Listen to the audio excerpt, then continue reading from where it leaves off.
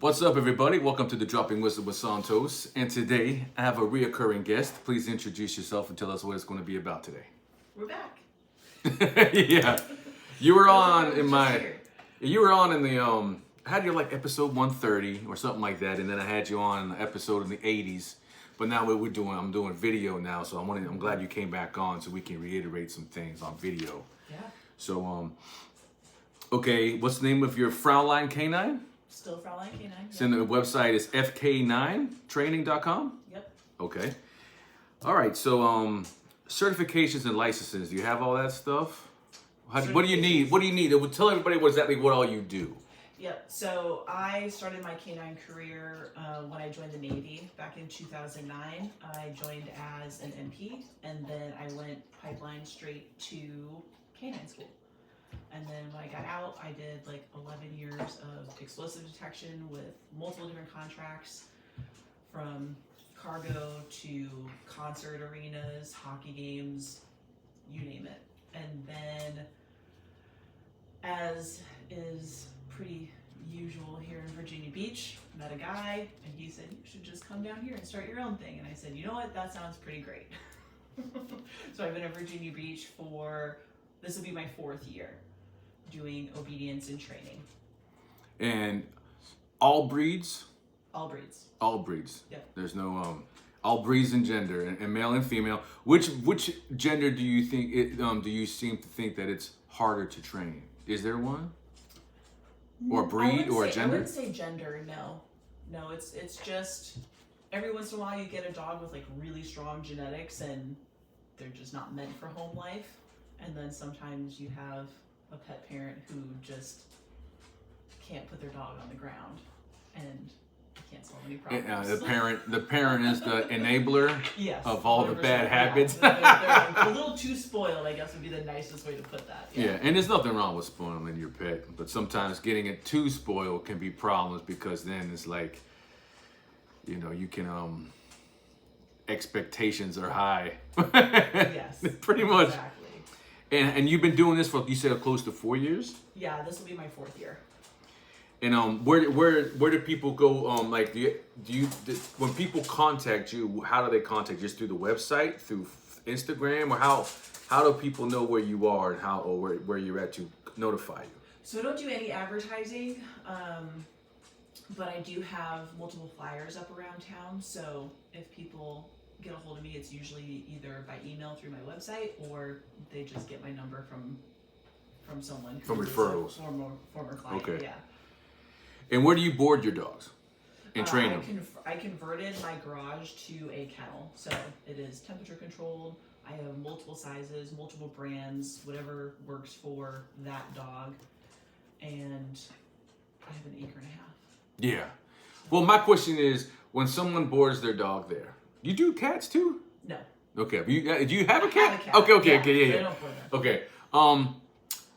Does the owner give you food and say, he only wants this type of food, so here's his food while we're gone? Yep. Okay. I don't know, sometimes if they said we don't people are dogs, like the owners are like picky with their dog food. Like, I don't feed them dog food.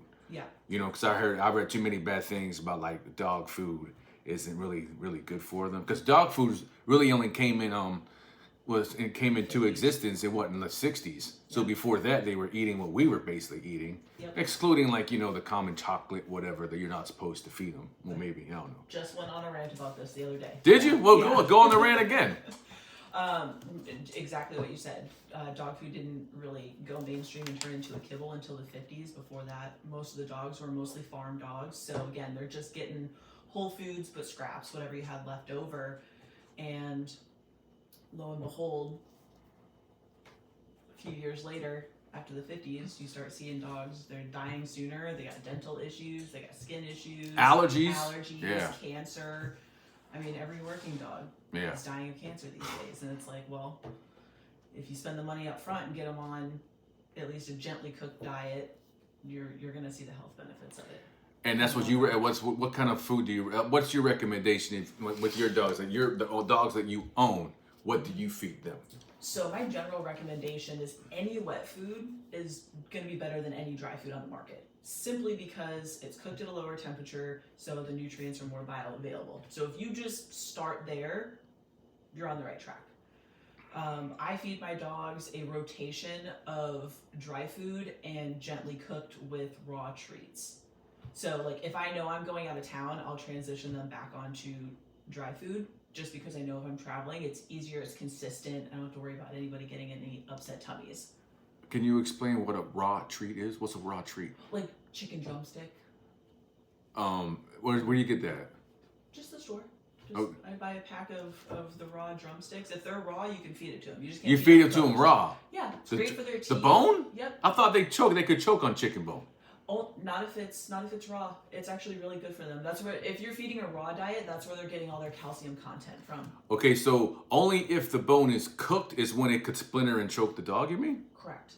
And because, well, I guess because what is it? I guess cooking does something to the bone? Yeah, it hardens the bone and it's more dense, so therefore it's no longer able to be digested. No shit. I didn't know that. That's crazy. Yeah. All right. Wow.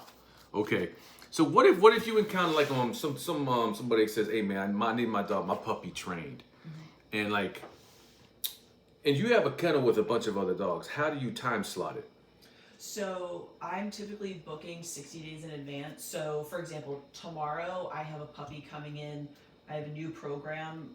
It's called Puppy to Perfection, and it's a hybrid program. So they got a puppy at 8 weeks. So for Puppy to Perfection, I see the dog for 10 days at 3 months of age. I send him home with a bunch of homework and a schedule. And then I see the dog again for a 2-week structured board and train around 5 to 6 months.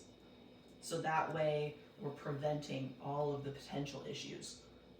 Get them started early on a schedule, potty training, luring, all of the just luring basics, right? Because at 3 months, their brains are still kind of mush. So they're not really putting together sit is sit and then hold here while I walk to the car. That's too much. But just getting them out in the world, getting them exposure, that's really And the Puppies to Perfection, is that like you have a standard price for that no matter what puppy? Yep. Standard price for that for 10 days.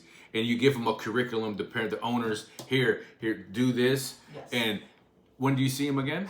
Again at around 5 to 6 months. And let's say the owners are true to that and come back. Will you know if they stay true to that curriculum that you gave them? I will 100% be able to tell. Usually I get a call beforehand like, hey, this really isn't working, or, you just can't get them in the kennel. Okay, well, have you been keeping up with it? No, not really. And then I'll usually hear something like, well, they sleep in bed with us and they don't cry. And I'm like, right, but that's why they don't want to go in the kennel. Your bed's more comfortable. So I usually hear about it before then.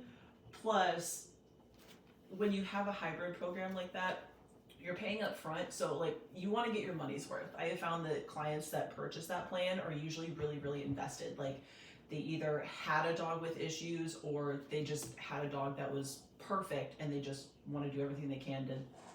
I know just the opposite. I know a lot of dog owners that paid thousands of dollars for this obedient training, and then when they came home, they stopped enforcing that training, and then a month or two later the dog is back to being whatever the fuck he was before the obedience class. I'm like, bro, you just blew $2,000 or whatever because you weren't keeping up with the training or the obedience, so now you just wasted that money because the dog couldn't do it. I have multiple clients of those as well. Hey, we're going on vacation, can you just take my dog for a week? Yeah, I'll give him a brush up, don't worry about it. So you do that too? Yeah. Okay, so tell us about that. Obviously, what type of notification do you need on that? Oh, if they just ask me hey, we're really struggling with this, I'm like, cool, okay, well, it's an extra such and such a day for day training, and then that's it. No, I'm saying hey, how much of a heads up do you need if I say, hey, I'm going out of town, can you watch my dog for a week? I just can't call you on Monday to do it Wednesday. You can call me anytime. It doesn't mean that I'm necessarily going to have availability. Yeah, okay. So summertime is really booked. I'm booked for the next 60 days. And that's it. Unless someone calls and cancels, I don't have room. But I do have a waiting list. So I tell everyone, get me dates as soon as you can. Even if they're flexible plus or minus a couple days, I would rather pencil a client in with a notation flexi dates, so that way I know they're on the book versus you calling me and I gotta send you to a friend because I don't have the kennel space. Well, that means that you're doing something right if you're booked. Yeah. You know what I'm saying? I say the same thing about people that want a tattoo, and they say, "Hey man, this guy's really booked. I'm gonna go to this guy. He's open tomorrow." I was like, "There's a reason why that motherfucker's open tomorrow." Yes. Maybe you should wait for the guy that's booked because maybe 100%. he might be better. Yeah. Okay, so have you ever trained? I mean, obviously I know there's a difference, but is there a difference between like when you train? Sometimes do you have to train like a military dog or like kennel a military dog? How is is their treatment different? Yeah, so I had an NSW dog recently that was retired, and he was really young for being retired. And so I essentially tried to help that family set up a new schedule of just exercise, very strict boundaries, a lot of like crate and rotate to help him get integrated into the family. And even after, a few years, we ended up sending that dog to another trainer so that he can work. So, I mean, sometimes there's... You mean law enforcement training? Yeah. So he can still be in law enforcement? I'm not sure if that one specifically went to a law enforcement team, but I know that he's with another trainer who is training with him, got him he needs to be on odor, he needs a job. Like, there are just some dogs that's... They don't like the retired life. Right. Pretty much. Yeah. And that's the hardest thing with a lot of working breeds is this never turns off. Retires. Yeah. The hips retire faster than the brain does. So yeah, I don't know which part of mine retired first. My brain, my body. I don't know. Yeah, that's crazy, man. Because you see sometimes when those people that offer, oh, my dog is retiring. Can someone house him or can someone take him or whatever? Mm-hmm. What's that program called? Warrior Dog. Are people worried? Can people possibly be worried about that happening? Like you get this dog, but then this dude, seriously talking, this dude the dog could have like some type of PTSD from working, and he might snap at home. So typically, what happens is if a working dog is retired, it's going either to its handler, or it's euthanized. Oh. If it's a bite dog, scent dogs they have a lot of programs for them. There is another organization, Paws of Honor, and they take a lot of like retired dogs and they try to give them back to just normal homes. But those are usually non-bite work dogs. The bite work dogs are a little bit more tough to place because the liability alone. Yeah, who knows when he might bite or snap again. Exactly. Right? But every department has a different protocol, so it just depends. Okay, because I'm terrible with names and stuff like that. What's the program in which a puppy dog, fails the law enforcement class and he can't, and so, okay, you can't be a law enforcement dog. Who can take him? What's that called? Because he's not a dumb dog, he just couldn't pass the course. So they call that a washout. For example, one of my working dogs, Max, he was purchased by Guide Dog Foundation, and he was a long-haired golden retriever, and he was too excitable for a guide dog. But they said, hey, he likes to sniff and he loves a ball, so that foundation contacted the contract company that I worked for, and they had already established a working network, so he became a scent work dog, and then he was paired with me, so then we worked explosive detection for a few years.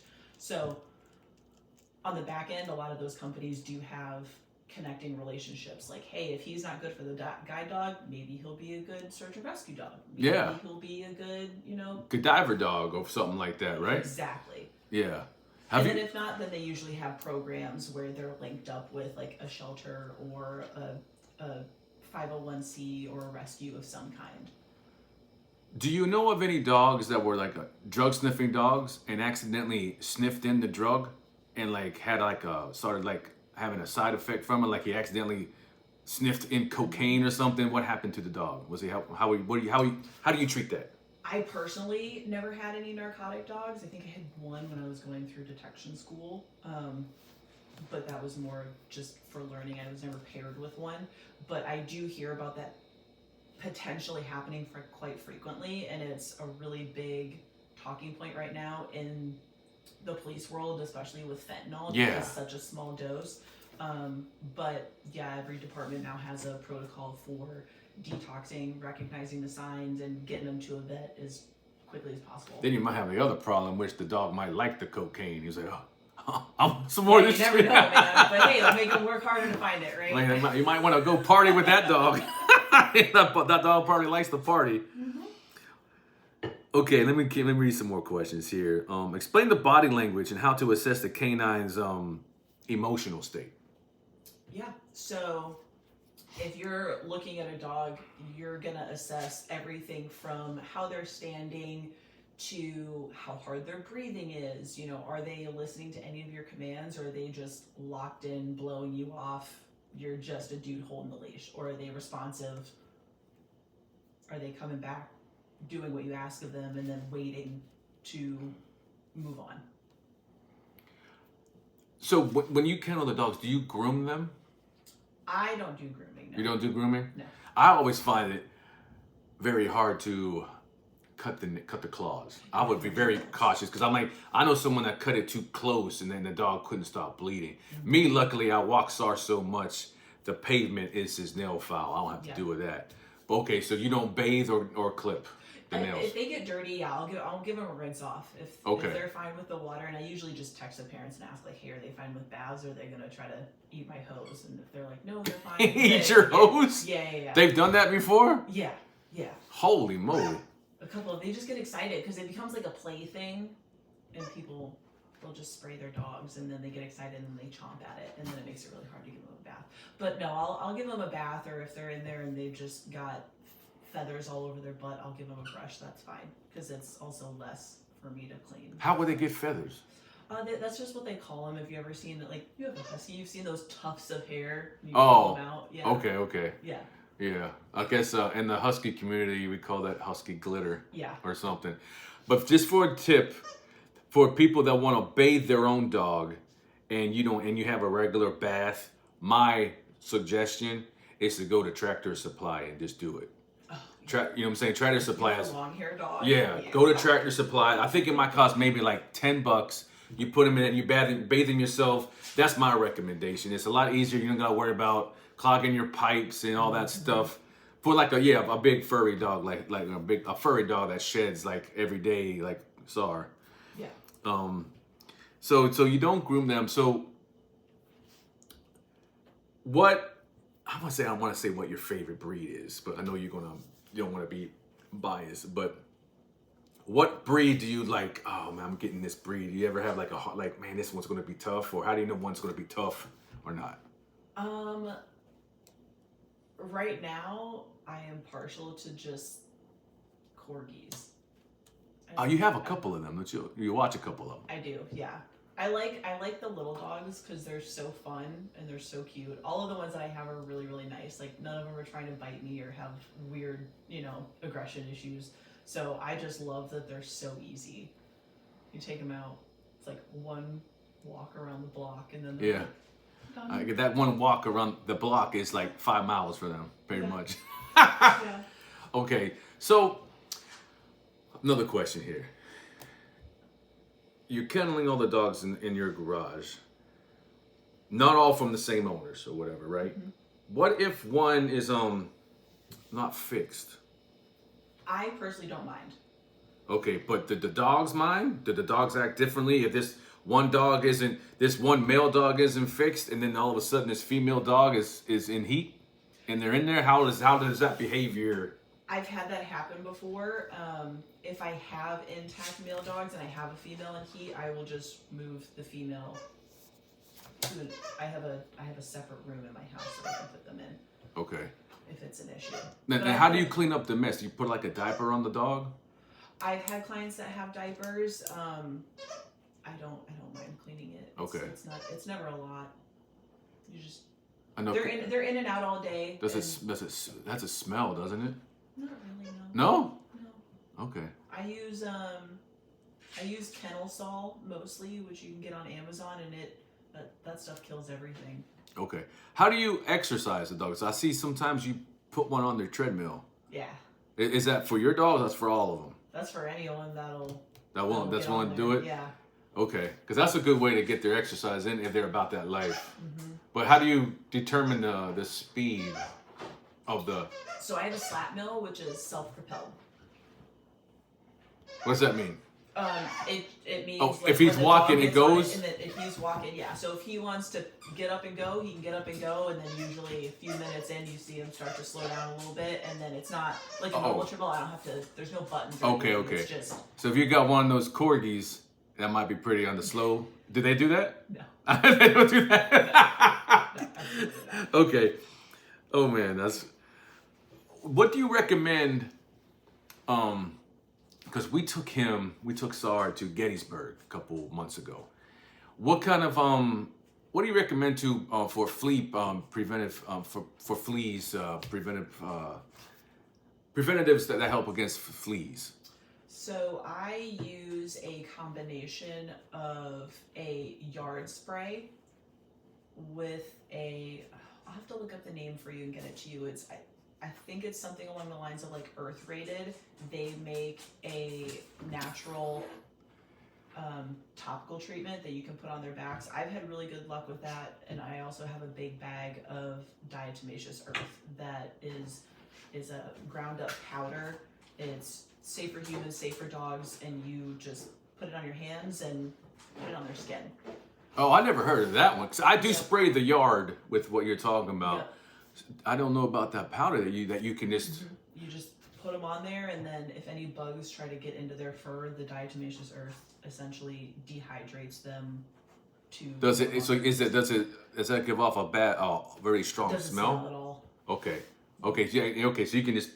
I think I've seen it. It comes with like a big bag. You pour it on them. It's like all kind of dry powder, kind of. Okay. Okay. I try to stay away from any type of prescription or oral. I've seen a lot of side effects, and a lot of skin issues come from it. And a lot of them have like a high amount of permethrin in it, and that can, as soon as you put it on your dog, it's leaking onto you. They're laying in your house. It can get onto your kids. Like, I just have found that it's safer, in my opinion. How do you ever train other canine trainers? I have, yeah. And how do you know which one is going how do you train them? Like, what's the first thing to do? Patience? Like, how do you do that? A lot of handlers will come to me, say they've graduated a course, but they're having a specific issue with their dog. So the course will teach you how to work with a dog, what all the odors are, and how to find them, and then you graduate and you go work.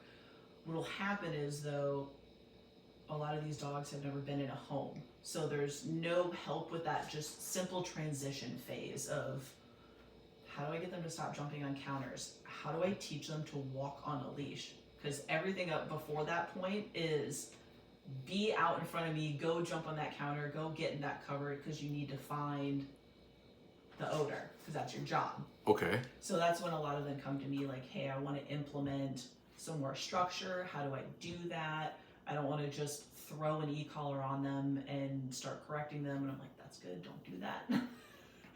But that's usually when I get the call is, hey, can we just do a couple of lessons? Because they know some things, but they're just not great at home or on a normal walk around the neighborhood.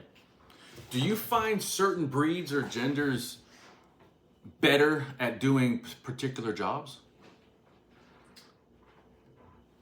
In the general sense, like Shepherds and Malinois are good with detection work.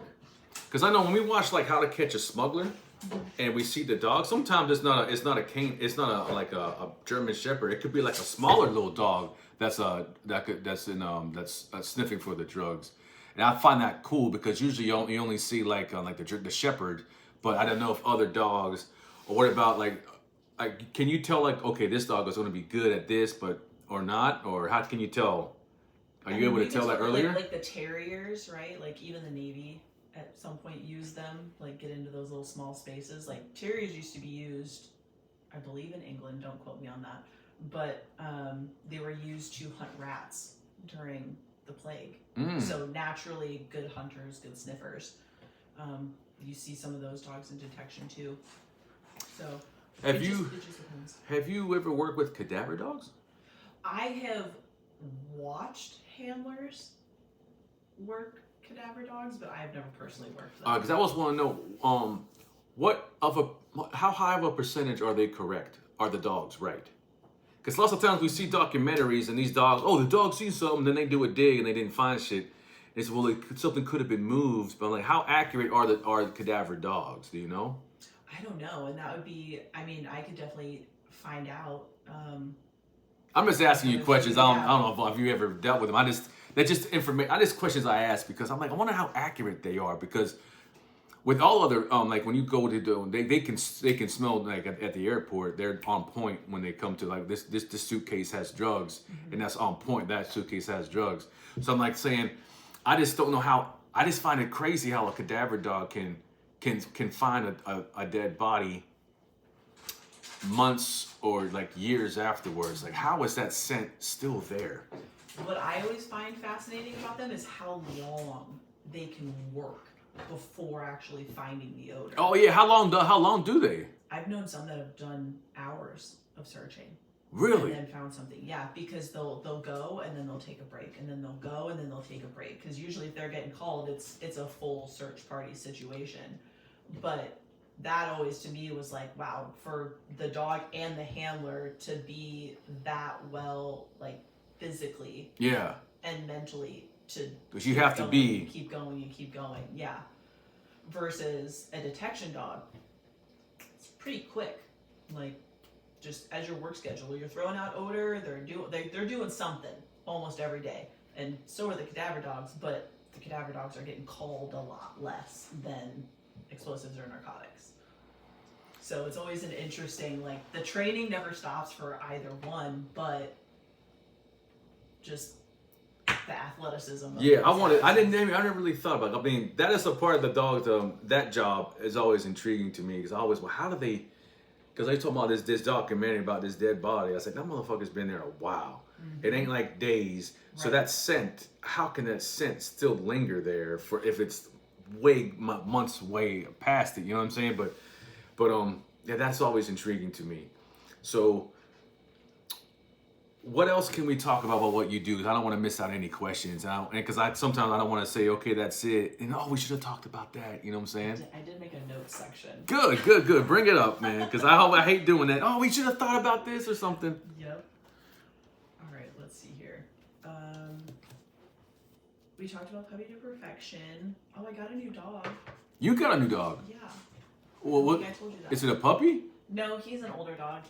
It was his name is Kratos, and he is probably 6 now.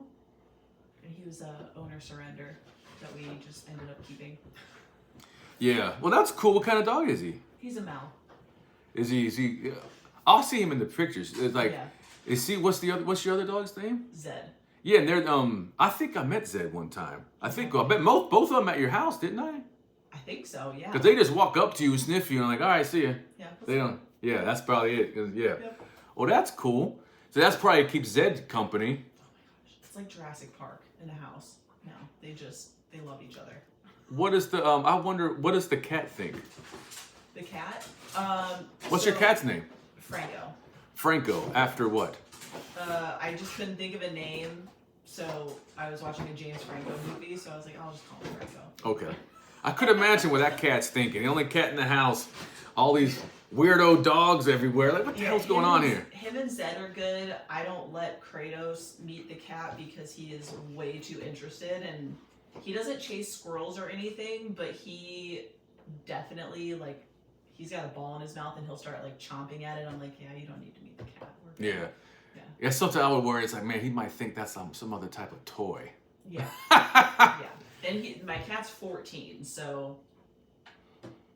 Yeah, he ain't about that life. No, he's not. He's got all of his claws, but he's not as fast as he wants. He just wants. He's on there. He's retired life now. I just want to hang out, look through the window. Yeah, because I could imagine what that cat's thinking. He grew up with dogs, though. Like, does he have any dog body language or mannerisms? Because you know how he used to play fetch. Like when he was a kitten, If you had a little bird, Yeah. I would throw it, and he would play fetch. But that was about it. Okay, because you know how you see those videos of a dog, or a cat grew up around these dogs, and so you know the cat's starting to bark like whatever. All right, that'll be kind of cool. What else you got on that list?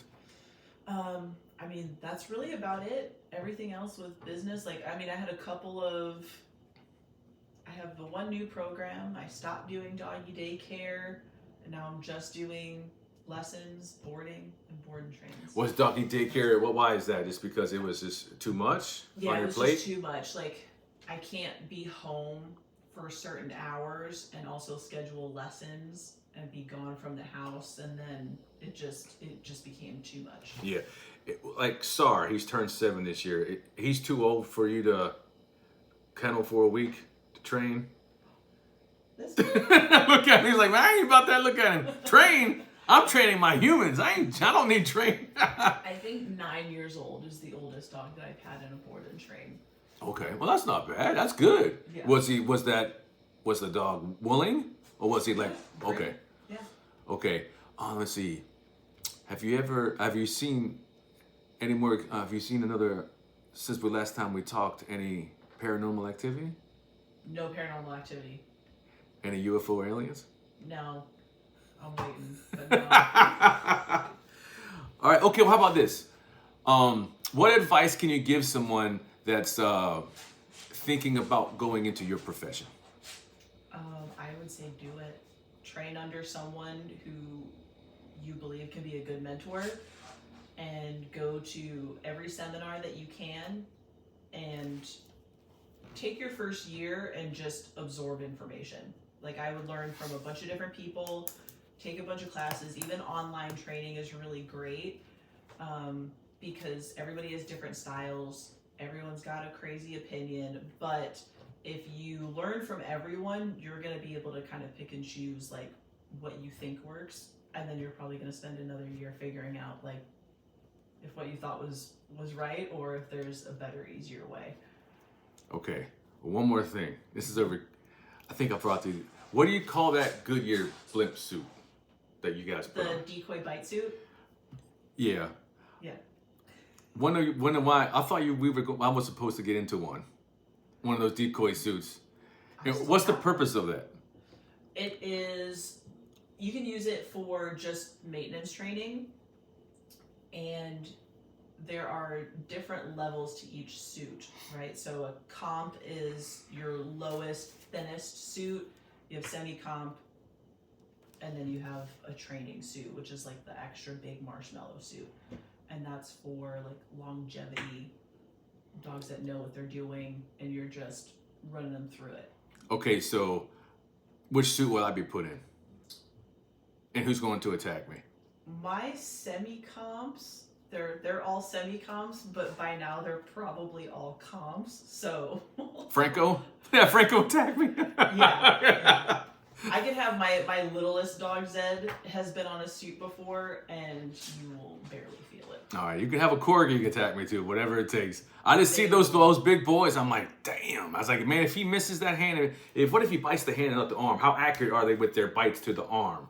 If you go like this, do they usually get that, or they accidentally bite your finger sometime, or what? If you stay in position, he will stay in position. Okay. Zed's only gotten one live hand bite, and that was because the guy, when Zed was on the bite, he stepped on his toe, so Zed released, and then he dropped his hand. So when Zed came back, he went hand in mouth. Okay, so and you're not supposed to run while doing that either, right? You're supposed to stand still and not run. You're brand new, so I'm not gonna make you run. I don't think I'm not going to want to run. I'm just saying, because I seen videos of them running, and I'm like, I don't think that's very safe for you to be running and doing that if you're not like a trained. Yeah, if you're trained. If you're not trained, it's not smart to run and do that. Right? Because you could hurt you could hurt the dog. You could fall wrong, and then you're popping a tooth or snapping a neck. Like it's all about. I mean, they have training camps just for decoys to learn. And what command do you give the dog to release the bite? If you're the decoy, you don't do anything. No, I'm not. You, because if I'm there doing this, there's a command in which you say, okay, release. It depends on what language. Okay. Yeah. So all your dogs have different commands to do release from the suit, from the decoy suit. Okay. So but you the handler give a command and then release. Yep. I just can't say release. Yeah. I That can't. would be bad training. Don't. Okay. Because any criminal can just say release, and they'll just like, okay, Yeah. right? Exactly. All right. Well, once again, please tell everybody how to contact you and everything, and tell them exactly what you do and all your contact information. Once again, please. Yep, so my name is Autumn Schlimmer with Fräulein Canine. You can look me up on my website, fk9training.com. My email is fräuleincanine@hotmail.com. And that's it. Just send me an email and I'll schedule a call and get you booked. All right. And if you guys would like to be a guest on my podcast, please reach out to me. And please follow me on Instagram, all the social media platforms. Just follow me, please. And if, like I said, when I reach out and be a guest, I'm also mobile, so I can come to you as well. All right, guys. I'll talk to you next time.